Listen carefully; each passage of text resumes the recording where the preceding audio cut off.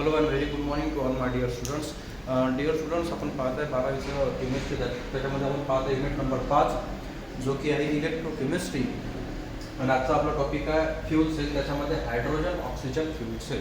ठीक आहे. जसं मागच्या लेक्चरला आपण निकेल कॅडमियम सेल पाहिला होता, मर्क्युरी सेल पाहिला होता. या लेक्चरला आपण फ्यूल सेल बघू आणि त्यानंतर इलेक्ट्रोकेमिकल सिरीज, आणि अशा प्रकारे हा युनिट संपून जाईल. नाव बघा, आयडिया काय फ्यूल सेलच्या मागं, कोणतीही कंबशन रिॲक्शन असो, ऑक्सिडेशन रिडक्शन होते. त्या ऑक्सिडेशन रिडक्शनचं यूज, त्या रिॲक्शनचा यूज आपण जनरेशनसाठी, कशाच्या, इलेक्ट्रिसिटीच्या जनरेशनसाठी करू शकतो. Now what is the idea of the combustion reactions are of redox type. Redox म्हणजे काय होते, ज्याच्यामध्ये ऑक्सिडेशन रिडक्शन दोन्ही सायमल्टेनियसली होते, ते म्हणजे रेडॉक्स रिॲक्शन. आणि can be use to generate electricity, म्हणजे ज्या रिॲक्शनचा यूज आपण इलेक्ट्रिसिटी जनरेट करण्यासाठी करू शकतो. सरळ आहे. कोणतीही गोष्ट जर जळून आली, कंबस्ट आली, हीट देऊन आली, heat is the form of energy, त्यानुसार तुम्ही एनर्जी घेता. असो, आता बघू, जनरली आपण हायड्रोजन ऑक्सिजन फ्यूल सेल, हा जो फ्यूल सेल आहे हा सुद्धा एक गॅल्व्हॅनिक व्हॉल्टिक सेलच आहे. पण बाकीच्या गॅल्व्हॅनिक व्हॉल्टिक सेलपेक्षा हा थोडा डिफरंट आहे. कसा डिफरंट आहे जाणून त्याच्यामध्ये हायड्रोजन ऑक्सिजन फ्यूल सेल नाव होते कसं. हा जनरल एक सेल असतो. याच्यामध्ये इलेक्ट्रोड्स असतात. हे कार्बनचे इलेक्ट्रोड्स असतात, पोरस नेचरचे, ग्राफाईटचे दोनही. आणि यांच्यामध्ये काही प्रमाणात प्लॅटिनम ब्लॅक म्हणजेच प्लॅटिनमचे रॉड्स असतात, ज्याच्यावर प्लॅटिनम ब्लॅक कोटेड असते. या साईडनं आपण ॲनोडवर हायड्रोजन गॅस कंटिन्युअसली पास करत असतो. या साईडला आपण कॅथोडने ऑक्सिजन गॅस आपण कंटिन्युअसली पास करत असतो.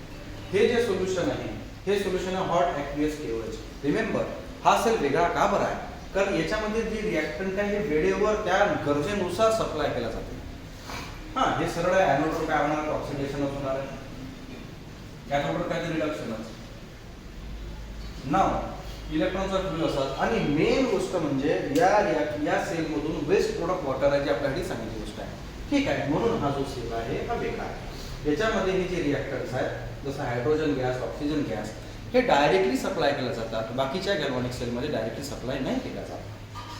ह्या गॅसमध्ये हा जो गॅस ऑक्सिजन गॅस, हा ऑक्सिडंट आहे, म्हणजे ऑक्सिडायझिंग एजंट आहे. नाव नेट सेल रिॲक्शन कशी होईल, म्हणजे सेल वर्क कसा करून तुम्हाला इलेक्ट्रिसिटी कशी मिळेल. बघा, ॲनोडवर काय कंटिन्युअसली कोणता गॅस पास आहे, H2. Hence H2. इथं आपण G for the gas twice plus 4OH single negative. इथं लिहू आपण ॲक्वा गिव्स राईज टू, हे 4 आणि 4 हायड्रोजन किती झाले, 8, म्हणजे 4H2 हा लिक्विड यू प्लस 4 इलेक्ट्रॉन्स बाहेर निघाले. ॲनोडवर काय झालं, ऑक्सिडेशन. हेच अशा केसमध्ये 4 इलेक्ट्रॉन्स काय निघाले, बाहेर निघाले. नाव कॅथोडवर कोणता गॅस आहे, O2 गॅस आहे. नाव लिहू आपण, नाव O2 काय g for gas plus now 4 hydrogen water molecule आपण यातले 2च घेऊ, जेवढी गरज आहे तेवढं. प्लस किती इलेक्ट्रॉन निघाले होते, 4. जे इलेक्ट्रॉन रिॲक्ट म्हणजे ॲनोडवर तयार झाले तेच इलेक्ट्रॉन्स आपण कॅथोडवर पाठवत असतो. म्हणजे जे पहिले फॉर्म झाले ते दुसऱ्या स्टेपमध्ये कन्झ्युम होतात, ते एकमेकाला काटावंच लागतं. ना होते कसं बघा, 2 ऑक्सिजन आहे, इथं 2 ऑक्सिजन आहे, 4 ऑक्सिजन, हे 4 आणि हे हायड्रोजन म्हणजे OH, आणि इथं किती आहे, निगेटिव्ह. अशा वेने ही रिॲक्शन झाली ॲक्वा. बघा ना, ह्याच रिॲक्शनची ही रिॲक्शन असते, याच रिॲक्शनमध्ये ही रिॲक्शन आहे. हेच रेडॉक्स रिॲक्शन, म्हणजे त्याला नेट सेल रिॲक्शन म्हणतो आपण. रेडॉक्स म्हटलं तरी चाललं, ते फरक नाही पडत. नाव सारखं इलेक्ट्रॉन्स आहे ते काटा, पहिली इलेक्ट्रॉन्स काटा. जर इलेक्ट्रॉन कटत नसेल तर सारख्या नंबरनं गुणून ते इलेक्ट्रॉन सारखे आहे ना, मग काटा हा उरलाय ना. 4OH गेला, 4OH गेला, हे 2H2 गेले, 4 गेले, इथं 2H2 आलं. काय काय उरलं आहे सरळ ठेवू आपण.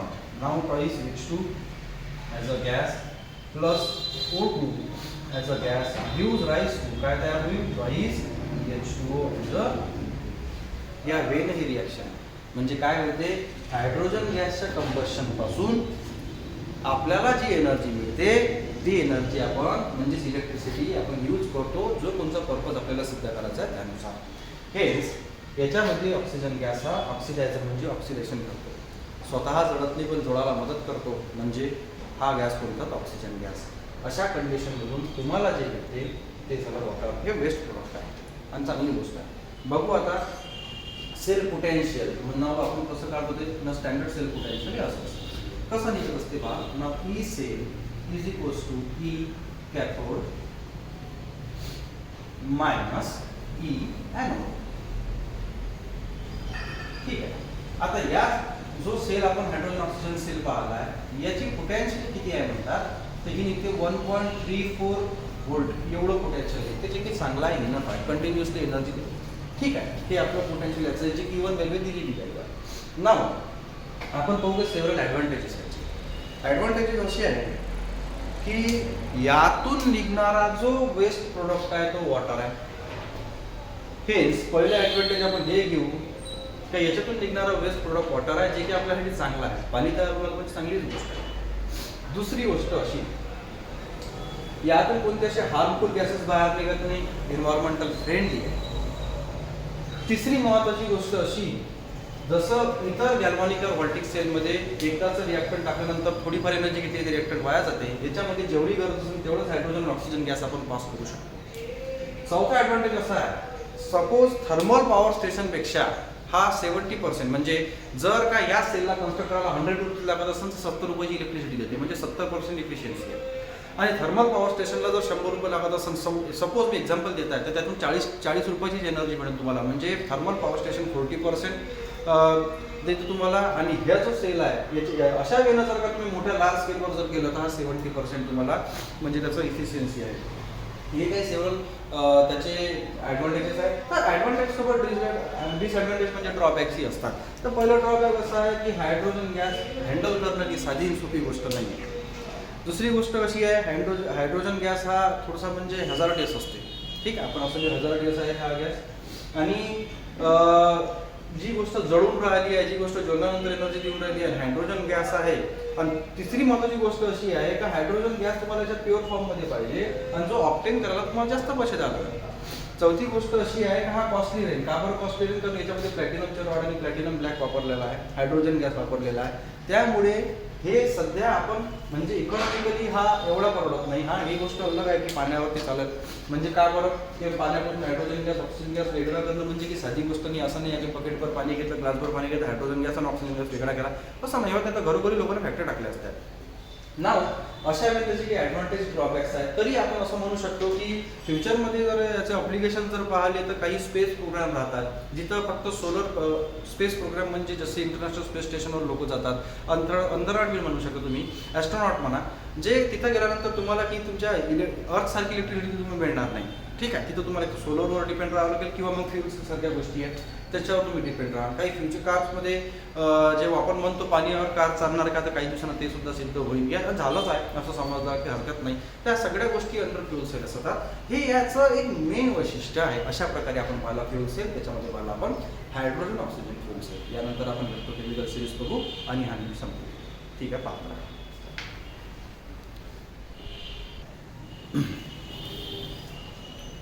आता बघू आपण इलेक्ट्रोकेमिकल सिरीज, याला इलेक्ट्रोमोटिव्ह सिरीज सुद्धा म्हणतात. ही सिरीज तुम्हाला इंटरनेटवर सुद्धा मिळेल किंवा तुमच्या टेक्स्टबुकमध्ये पाहिजे तर आहेच. ठीक आहे, बघू ही सिरीज काय. ही सिरीज कशी आहे पहिले हे तुम्हाला दाखवून देतो. तुमच्या टेक्स्टबुकवर पेज नंबर 116 ही सिरीज आहे. ही सिरीज थोडी शांततेनं बघून घ्या. त्या सिरीजबद्दल तुम्हाला डिटेलमध्ये माहिती देतोच. अशी सिरीज असते इलेक्ट्रोकेमिकल सिरीज. याच्यामध्ये ऑक्सिडायझिंग एजंटची स्ट्रेंथ, रिड्युसिंग एजंटची स्ट्रेंथ दिलेली राहते आणि रिडक्शन पोटेन्शियल दिलेलं राहते. ठीक आहे, पण हे आता आपण बघणारच आहे ना. बघा महत्त्वाचे पॉईंट्स काय काय. सगळ्यात पहिले तर पाहून घ्या, इलेक्ट्रोकेमिकल सिरीज म्हणजे इलेक्ट्रोमोटिव्ह सिरीज म्हणजे काय. द स्टँडर्ड रिडक्शन पोटेन्शियल, कोणतरी पोटेन्शियल म्हटलं मी, रिडक्शन पोटेन्शियल. ठीक आहे, of electrodes with their half reactions are arranged according to decreasing potential. कसं डिक्रीज कमी पोटेन्शियल म्हणजे +1 नंतर मग 0 मग -1 असे आहे. म्हणजे चढता क्रम म्हणजे मोठ्यापासून लहानापर्यंत.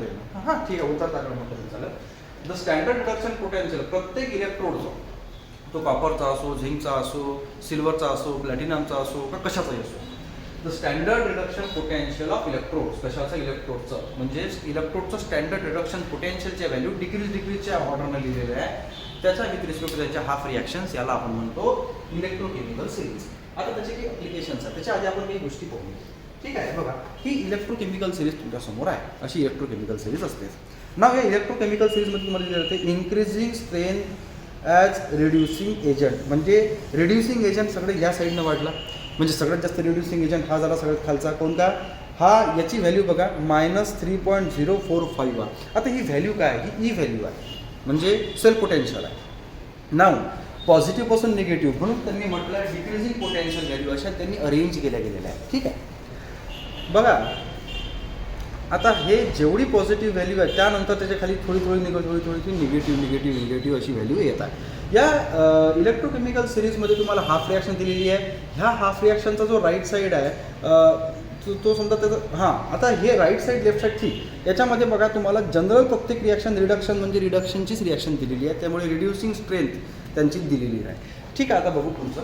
नाव कसं आहे ॲप्लिकेशन्समध्ये बघा relative strength of oxidizing agent. आता ऑक्सिडायझिंग एजंटची स्ट्रेंथ, ऑक्सिडायझिंग एजंट म्हणजे कोणता ऑक्सिडंट जो दुसऱ्याचं ऑक्सिडेशन करते आणि स्वतःचं रिडक्शन करते. हे लक्षात ठेवायचं, इथं कन्फ्यूज नको होऊ. आणि रिड्युसिंग एजंट म्हणजे जो दुसऱ्याचं रिडक्शन करेन स्वतःचं ऑक्सिडेशन करेन तो रिड्युसिंग एजंट, त्याला रिडक्टंट असं सुद्धा म्हणतात. Larger the E value greater the oxidising strength म्हणजे ही जेवढी जास्त पॉझिटिव्ह व्हॅल्यू राहील म्हणजे बघा सरळ आता हे पहिल्याचं +2.87 आहे, नंतरचं +1.6 आहे. जेवढा पॉझिटिव्ह म्हटलं तेवढी ऑक्सिडायझिंग स्ट्रेंथ त्याची जास्त आहे असं म्हटलं आहे. ठीक आहे. नाव जनरली असं ना the species in the top left side of the reactions are strong oxidising agent. Top left म्हटलं आहे त्यांनी. हे टॉप लेफ्टला जेवढे स्पीसीज आहेत तेवढा स्ट्रॉंग ऑक्सिडायझिंग एजंट म्हटलं आहे म्हणजे ते दुसऱ्याचं काय करतात? रिडक्शन करतात. हे लक्षात घ्या. Now relative strength of reducing agent. आता रिड्युसिंग एजंट बद्दल पाहू. लार्जर द ई व्हॅल्यू म्हणजे cell potential, lower the reducing strength. बघा आता हे ज्या व्हॅल्यूज तुम्हाला इथे दिसत आहेत यांच्या व्हॅल्यू जेवढ्या निगेटिव्ह येऊन राहिल्या, लोअर येऊन राहिली, तेवढी त्यांची रिड्युसिंग स्ट्रेंथ काय लोअर काय राहिली, रिड्युसिंग स्ट्रेंथ कमी होऊन राहिली. इथे तुम्हाला हायड्रोजनबद्दल दिसते 0च्या वर सगळे पूर्ण पॉझिटिव्ह इलेक्ट्रोड पोटेन्शियल आहे आणि त्याच्या खाली पूर्ण निगेटिव्ह इलेक्ट्रोड पोटेन्शियल आहे. या सगळ्यांचा पोटेन्शियल तुम्ही रेफरन्स म्हणजे स्टँडर्ड हायड्रोजन इलेक्ट्रोड थ्रू काढला गेलेला आहे. त्यामुळे त्याचं पॉझिटिव्हच्या वर लिहिले आहे, निगेटिव्हच्या खाली लिहिले आहे. कोणता तो एक मीन आहे मधामध्ये. Now the species in the right side of the reactions are reducing agent. Right side of the reaction म्हणजे कोणती राईट साईडला जी रिॲक्शन येते. आता पहा हे कोणत्या रिड्युसिंग एजंट आहे. जसं Cu2 पॉझिटिव्ह आहे तर प्लस किती 2 इलेक्ट्रॉन घेतात तर Cu ॲज काय होईल सॉलिड म्हणजे मेटल. इथे ॲक्वा घ्या. जसं Zn2 पॉझिटिव्ह आहे ॲक्वा प्लस ट्वाईस इलेक्ट्रॉन जर घेतलं तर काय होतं नाव झिंक ॲज अ सॉलिड. तर ही जी त्याची काय म्हणतात त्यांनी राईट साईड रिॲक्शन हे रिड्युसिंग एजंट झाले. ह्या साईडला जे झाले ते ऑक्सिडायझिंग एजंट झाले. मग आता प्रश्न कसे येतात सगळ्यात जास्त रिड्युसिंग कॅरेक्टर कशाचा आहे तर सगळ्यात जास्त रिड्युसिंग कॅरेक्टर याचं कारण सगळ्यात जास्त व्हॅल्यू पण त्याची निगेटिव्ह आहे. आणि लोअर रिड्युसिंग कॅरेक्टर कोणता तो याचं उलटं ऑक्सिडेशन. सगळ्यात जास्त ऑक्सिडायझिंग एजंट कोणता आहे तर हा F व्हॅल्यू प्लस जी व्हॅल्यू सगळ्यात मोठी ती. आणि सगळ्यात लोअर ऑक्सिडायझिंग एजंट कोणता तर हा लिथियमवाला म्हणजे -3.045 जी त्याची रिडिंग आहे त्यानुसार. ह्या सगळ्या रिडिंग ज्या आहेत तुम्हाला सांगतो मित्रांनो हे सगळे रिडिंग्स आपण स्टँडर्ड हायड्रोजन इलेक्ट्रोड और रेफरन्स इलेक्ट्रोड काढत असतो. नाव याचं अजून एक महत्त्वाची गोष्ट अशी जर पुन्हा म्हटलं का तुम्हाला सेल कन्स्ट्रक्ट करायचा आहे त्याच्यामध्ये कॉपर कोण आणि त्याच्यामध्ये ॲनोड कोण आणि कॅथोड कोण हे लक्षात येत नाही. तर ॲनोड कॅथोड कसं लक्षात ठेवायचा ज्याचं रिडक्शन पोटेन्शियल जास्त म्हणजे जेवढी जास्त पॉझिटिव्ह व्हॅल्यू तो घ्यायचा कॅथोड आणि ज्याचं कमी रेंज तो ॲनोड. ठीक असं आहे. तिसरं याची प्रॉपर्टी आहे ॲप्लिकेशन आहे to decide the spontaneity of redox reaction. एखादा सेल एनर्जी देईन का एखादा सेल म्हणजे खरंच बनतो का स्पॉन्टेनियस म्हणजे सहजतेने शक्य आहे का हे व्हॅल्यू त्याची आपण इलेक्ट्रोकेमिकल सिरीज करू शकतो. असा प्रश्न दिलेला आहे old Ag positive ion oxidise metallic Mg or not. म्हणजे Ag आणि Mgचा सेल बनवला Ag ऑक्सिडाइज करेल का कशाला Mgला. म्हणजे Mgचं जर ऑक्सिडेशन झालं तर Ag काय आहे स्वतः रिड्युसिंग एजंट नाही ऑक्सिडायझिंग एजंट सॉरी. तर आता आपण इथं बघू ॲनोडवर कोण पाहिजे पहा सरळ आहे. आता Mgचं ऑक्सिडेशन झालं म्हणजे Mg इथं आपण याच्यापासून इलेक्ट्रॉन काढू म्हणजे Mg as a 2 positive plus twice electron हा झाला ॲक्वा आणि हा झाला सॉलिड. कॅथोड नाव कॅथोड काय झालं Ag नाव ट्वाईस का बरं कारण 2 इलेक्ट्रॉन पाहिजे म्हणून twice plus twice electron give rise to twice Ag as a हा झाला सॉलिड Ag. नाव जर तुम्ही नेक्स्ट रिॲक्शन पाहिली तर ट्वाईस इलेक्ट्रॉन कटणार आणि सरळ याच्यामध्ये काय होतं नाव Mg plus twice Ag positive give rise to Mgp positive plus twice Ag. हे इथं पहा ऑक्सिडेशन गुणांक झालं Mgचं 0 पासून +2, रिडक्शन गुणांक झालं Ag चं +1 पासून 0. नाव जर तुम्हाला कोण म्हटलं मग आता सेल हा स्पॉन्टेनियस होईल का नाही होईल, याच्या गिवन व्हॅल्यूवर सगळं डिपेंड असते. हे बघू त्याची गिवन व्हॅल्यू असेल बघा रे. स्टँडर्ड पोटेन्शियल Ag दिलेला आहे 0.8 व्होल्ट आणि Mg दिलेला आहे -2.37. नाव ई सेल कसा काढतो आपण? ई सेल इक्वल्स टू काय? E reduction minus E oxidation. आता इथं कधी कधी कॅथोड इथं कधी ॲनोड लिहिलं राहते, काही विषय नाही आहे. नाव बघा रिडक्शन कोणाचं झालं Agचं. काय लिहायचं इथं? नाव 0.8 मायनस कोणता मायनस, त्याचं फॉर्म्युलामध्ये मायनस आहे म्हणून मायनस, पण हे पण व्हॅल्यू मायनस आहे. मायनस काय? -2.37 व्होल्ट आहे. नाव आता बघा हे झालं मायनस मायनस झालं प्लस, आणि याची जी व्हॅल्यू निघते ती निघते 3.17 व्होल्ट. यस ती व्हॅल्यू पॉझिटिव्ह आहे. आता आपण इथं पॉझिटिव्ह त्यामुळे लिहत बसत नाही. जी व्हॅल्यू पॉझिटिव्ह त्या सेलची जाहीरची गोष्ट, जो सेल तुम्हाला एनर्जी देईल त्याची व्हॅल्यू पॉझिटिव्ह येणार आहे ना, निगेटिव्ह येणार आहे का? नाही. नाव जो सेलची व्हॅल्यू, ज्या सेलची व्हॅल्यू पॉझिटिव्ह लिहिली तो सेल काय स्पॉन्टेनियस आहे. यस. मग आन्सर काय? Yes. Ag positive ion oxidise केलेली Mg. हे कशावरून समजलं आम्हाला? इलेक्ट्रोकेमिकल सिरीजवरून. कारण हा डाटा इलेक्ट्रोकेमिकल सिरीजचा आहे. त्यामुळे ह्या सिरीजवरून डाटा घेऊन तुम्ही रेडीली काम करू शकता. नवीन काम करून तुम्हाला काढायची गरज नाही. हा स्टँडर्ड डाटा असेल. ठीक आहे. तर बेटा या प्रकारे आपलं हे युनिट कंप्लीट झालं. पुढच्या लेक्चरपासून आपण 6 नंबरचं युनिट चालू करू. ओके. चला काही क्वेश्चन असेल तर विचारा आणि कृपया आपला अभ्यास करा. आपल्या मित्रांना व्हिडिओ शेअर करा. धन्यवाद.